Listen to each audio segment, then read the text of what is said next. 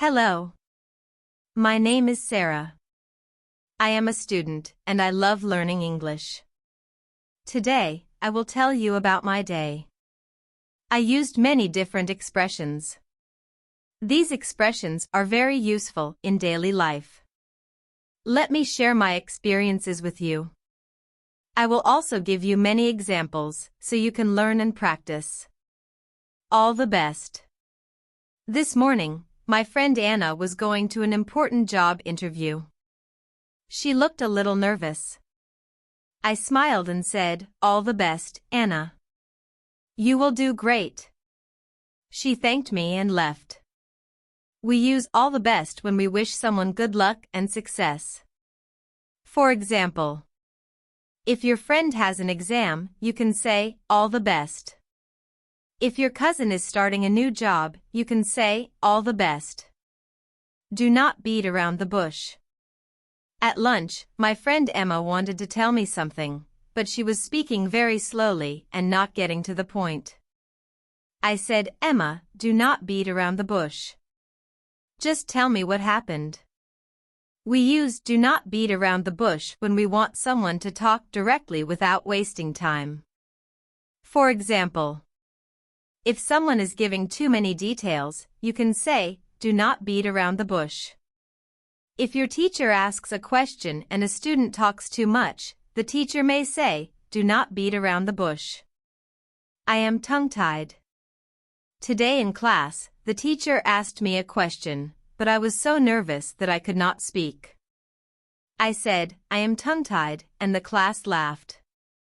We use "I am tongue-tied" when we cannot speak because we are nervous or shy. For example, if you meet a famous person and cannot talk, you can say, "I am tongue-tied." If you are giving a speech and forget your words, you can say, "I am tongue-tied." It is better than nothing.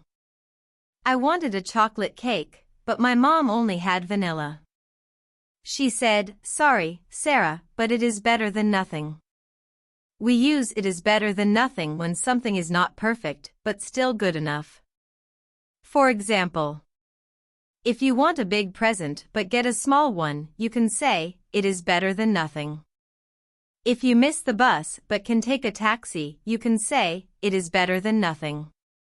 Easier said than done. My friend told me, "You should wake up early every day." I sighed and said, "Easier said than done." I love sleeping. We use "easier said than done" when something is easy to say but difficult to do. For example, if someone says, "Just stop worrying," you can say, "Easier said than done." If your friend says, "Exercise every day," you can say, "Easier said than done." Do not bother.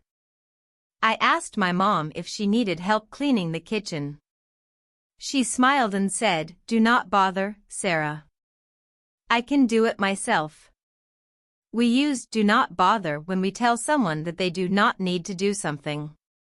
For example, if your friend offers to help but you do not need it, you can say, "Do not bother."